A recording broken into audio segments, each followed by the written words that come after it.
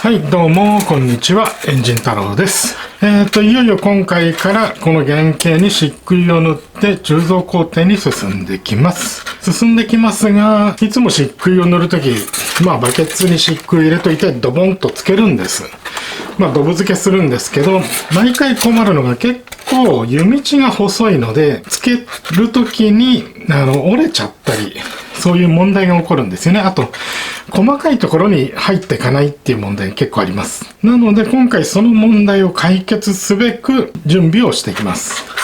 以前やった時にはドブ漬けの後エアブローすると結構細かく入っていったので、じゃあドブ漬けではなく空気の勢いで勢いよく吹きつければ比較的細かいところきれいに塗れるんじゃないかと画策してます。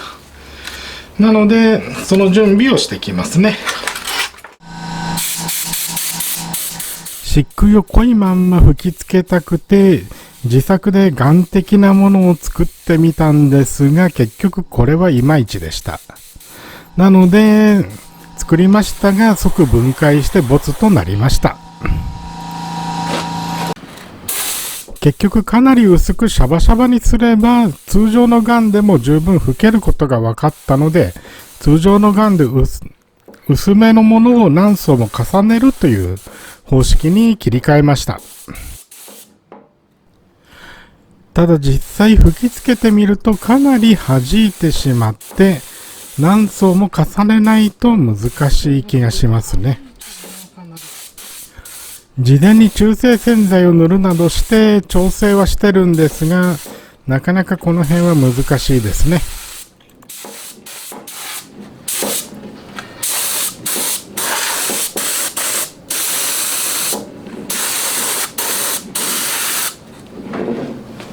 何回かに分けて拭かないとダメですね。これはおそらく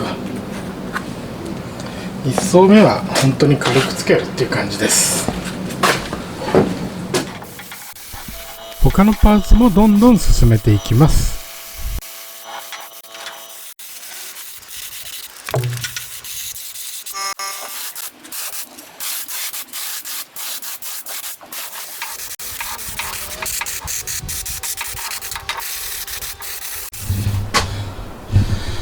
正直かなり薄漬けなので結構層を重ねないとダメかもですね。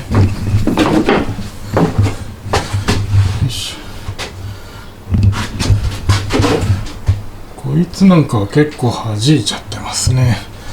これもコーティングした部分で結構弾きがあるので、これが綺麗になるまで塗り続けなきゃなんないんじゃないかな。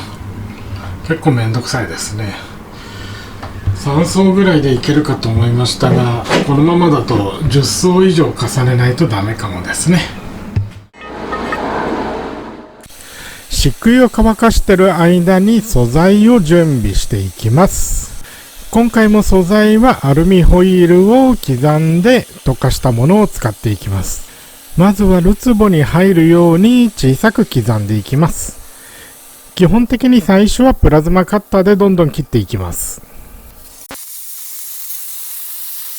このホイール13インチで7キロ、1キロあたり430円でしたね。これが一番高かったです。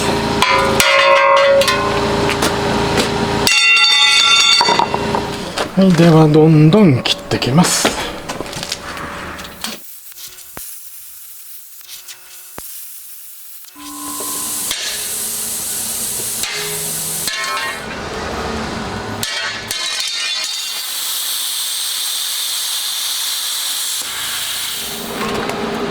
よいしょ。はい、これ肉の薄いところは比較的簡単に切れるんですが、真ん中のスポークの部分は非常に大変です。今回13インチ、17インチ、18インチやったんですが、インチ数が上がっていくごとに難易度が上がっていくというか、切るのが大変になっていきました。はい、だいぶ切れてきました。よいしょ。直接炉に入りそうなのはバケツに入れてあります。まだ少し割らなきゃなんないですね。この辺はちょっと入らないので、ノコバンでちょっと切りますね。こういう真ん中部分もノコバン使って切っていこうと思います。それでこの輪っか状のやつ、これはボルトクリッパーで割っていくしかないですね。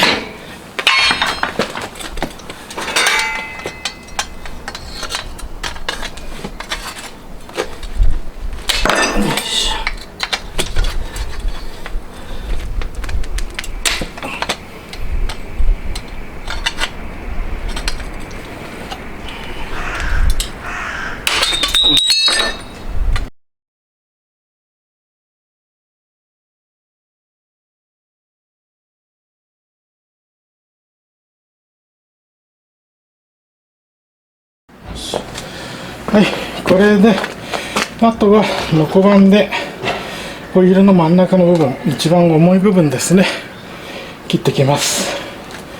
そしたらインゴット作りですね。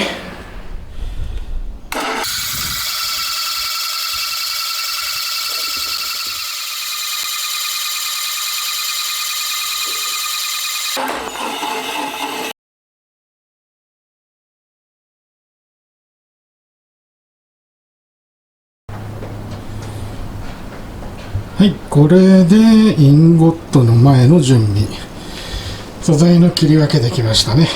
約30キロあると思います。まあバケツ1杯山盛りプラス溢れた感じっていう。いやー疲れた、ここまで。今3層重ねたとこですね。今から4層目やっていきます。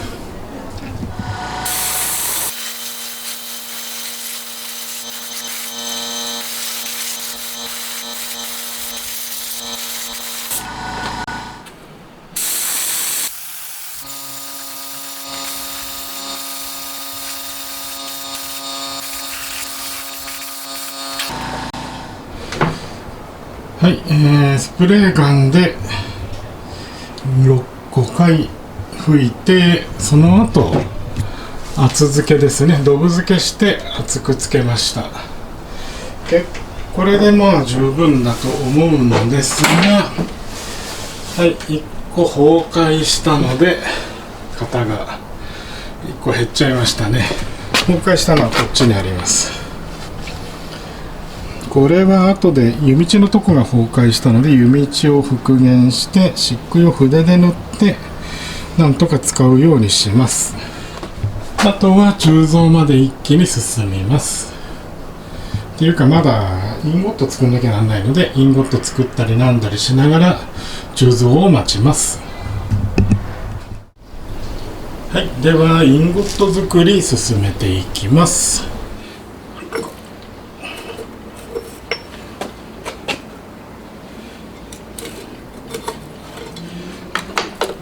先に真ん中のでかいのを処理しちゃおう。とにかく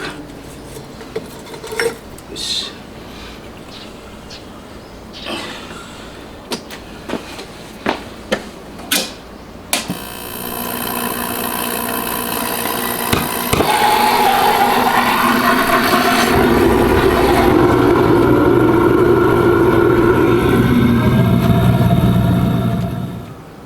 右側に置いてあるシリンダーを利用した開け方ですが、まあいいかと思って作ったんですけど、いまいち良くなかったですね。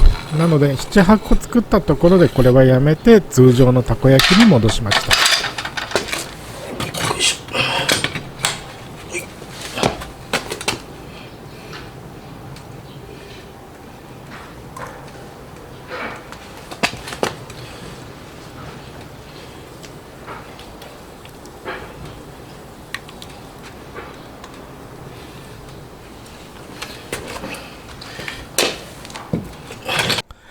あとはひたすら同じ作業を繰り返していくだけですね。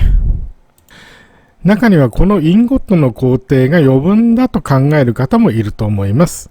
直接アルミホイールを溶かしてそのまま鋳込んでしまえばという方がいると思います。ですが1回目の溶解の時にはかなりのスラグが出るので、一度インゴットにしておくと、そのスラグ、次回以降はスラグが少ないので、自分はこのインゴットにする作業は必ずやるようにしています。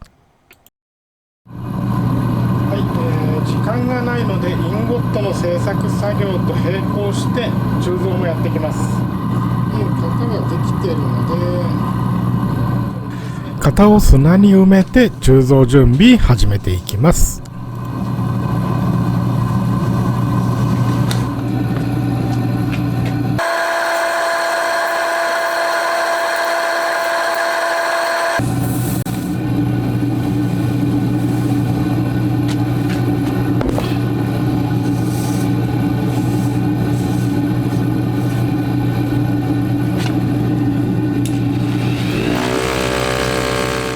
この砂を振動させる作業が非常に重要です。これをやっておかないと変な空間がたくさんできて鋳造不良につながりますね。これをやったとしても必ず隙間ができたりするので、なるべく砂がまんべんなく入るような角度を気にしながら湯道はつけているんですが、なかなかそれが難しいです。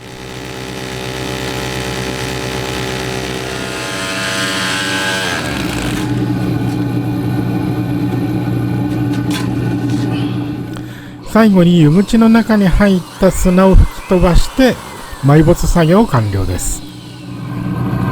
あとはアルミの温度が十分上がったら鋳込み作業を進めていきます。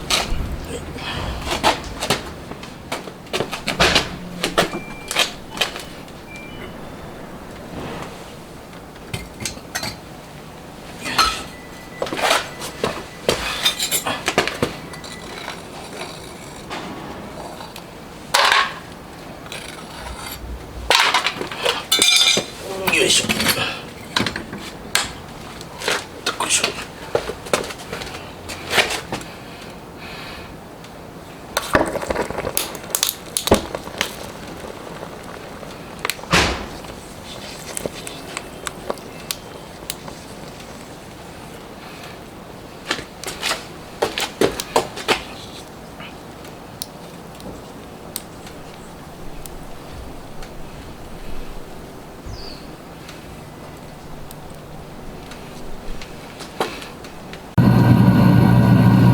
十分時間経ったので、出してきます。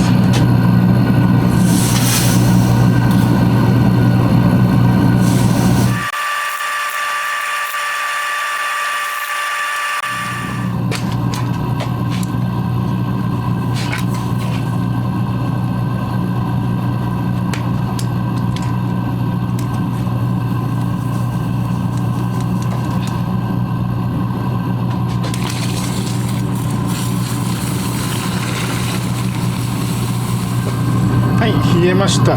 一応目視では特に問題なさそうですね。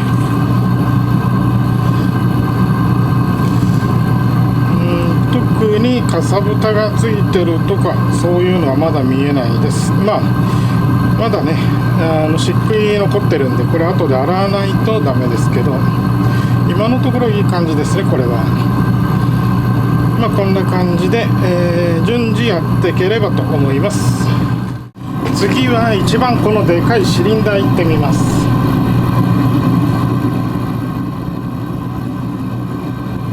よいしょ。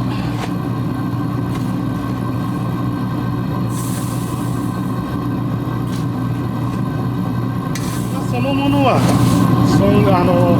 劣化はさほどしないんですが、とにかく1回込むと熱を持つので、それが冷めるまで次ができないので、なんとか連続して鋳造やりたいので、予備の砂使って交代交代やっていきます。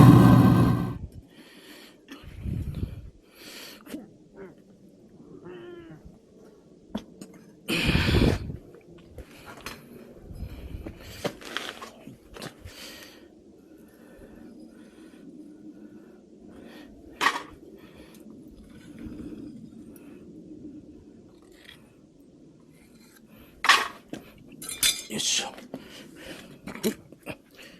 ほいっと表。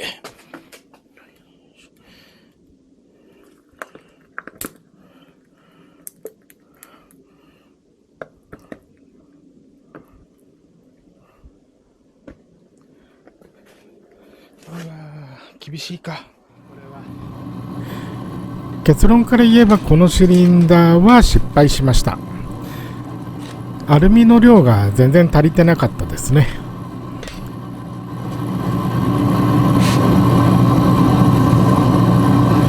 あと1キロぐらい欲しかったですね。重量としては全く足りてないです。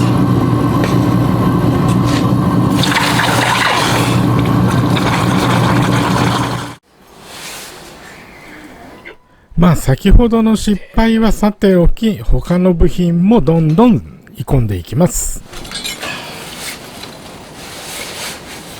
やっぱ出るね、それはね。出るけどさっきほどじゃないじゃん。最初の作ってる。おい。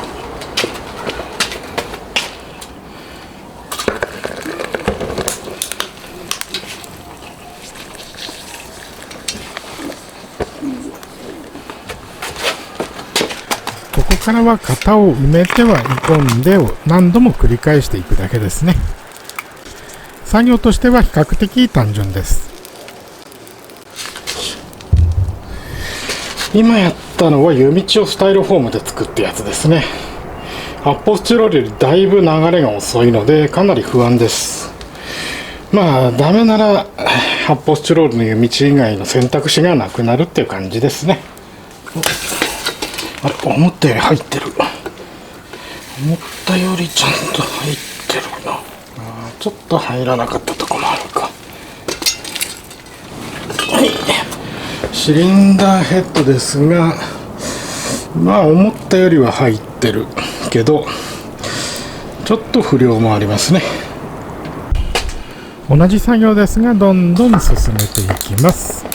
今やってるのはヘッドカバーですね。もう埋めちゃってるんで見えないですけど、よ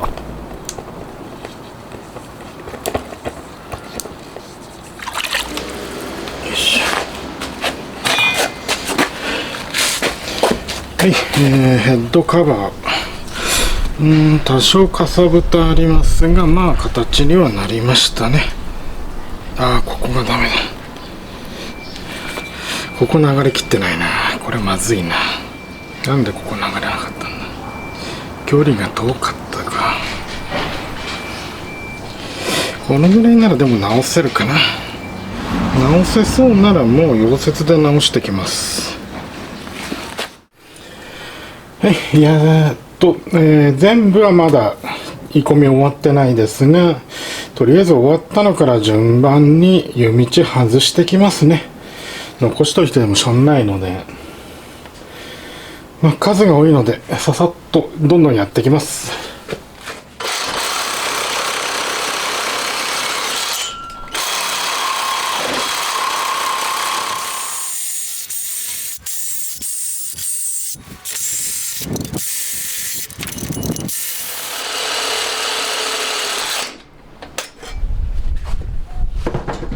これで湯道取れたと。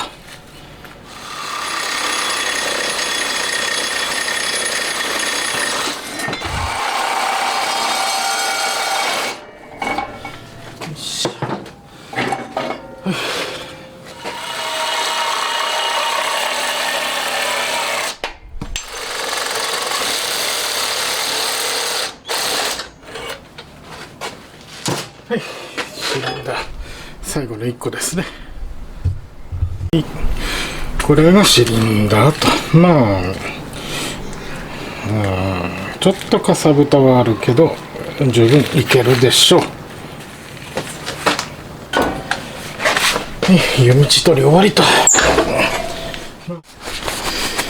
い、湯道の出っ張りをちょっとだけ整えます。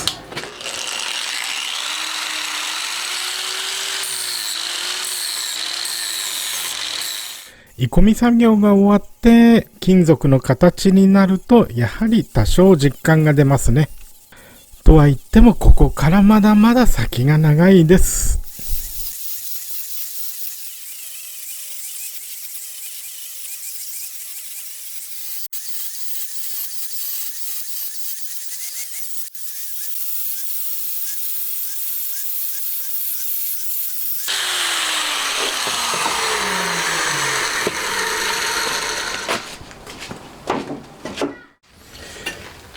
はい、一応ここまでで今回の作業は終わりとなります。まあ全体の総括というかそういう感じのものなんですけど、まあ、今回メインになってるのが、この2つクランクケースの上下ですね。これはとにかく完成させないとまずかったんで、今回完成っていうか鋳造は確実にできてるんじゃないかと思います。そしてあとはシリンダーやシリンダーヘッド、そしてヘッドカバーですね。まあこの辺も一応形にはなってるのでよしとします。そして、作れるものはできるだけもう一個部品として作ってます。まあいくつかパターンやったのでそれぞれいいところもあれば悪いところもありますね。こちらが1種の方ですね。スタイロ1種でやったやつですね。出来としては、2種でやった方がやっぱ綺麗だったので、2種の方を採用してますが、そうですね、コーティングしてあるので1種の方でも十分実用に耐えられるものだと思います。これに関しては1種でも2種でもどっち使ってもいいんじゃないかと思います。ただやはり、コーティングしてない面に関して言えば2種の方が圧倒的に胃肌は綺麗ですね。なのでそれだけを気をつければ、要は表に出る面をコーティングするようにすれば一種でも十分に使用に耐えるのではないかと思います。それでもう一つの実験、ダイソーのカラーボードですね。こういうダイソーのカラーボードを使っていろんなパーツを作ってたんです。それに関しては正直いまいちでしたね。唯一比較的マシな状況だったのがこれですが、これもここ入りきってなかったりとか問題が多いです。こちらでやったフィンにしてもやっぱ一部入らないところが出てきちゃってるんですよね。ちょっと2ミリという厚さが問題だったのか材質として問題だったのかちょっと不明ですが、まあ今後は使用は避けると思います。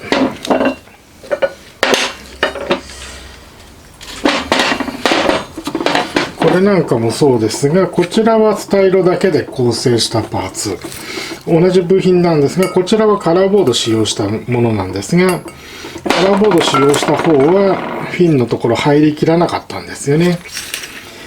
条件が悪かったというか、金属油の方の条件が悪かったわけではないので、これは単純にこの材質の問題、型を作った時の材質の問題が大きいんじゃないかと思います。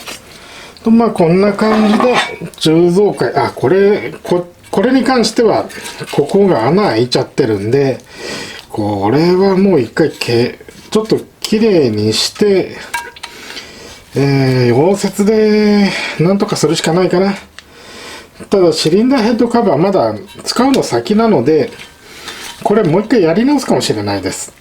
これ一種でやった一種の方のシリンダーヘッドカバーですが、やっぱ結構綺麗にはコーティングしてれば綺麗にいきますね。なのでそれはいいかなと思うので、条件さえ整えば一種ホームセンターに売ってるスタイルで十分いけますね。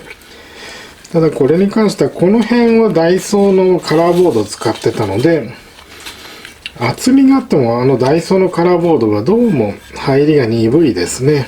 壁がちょっと薄いってのもあるので、これに関してはどうでしょうね。もう一回やるかもしれないですが、基本的に今のところはこれ以上修正して使う予定です。なんとか使えそうな部品が多かったですね。実験としてもいろんなことができてよかったと思います。ただまあ今後はスタイロフォーム主体でやっぱいかないとダメですね。あとは漆喰のコート材の研究は必要ですね、まだまだ。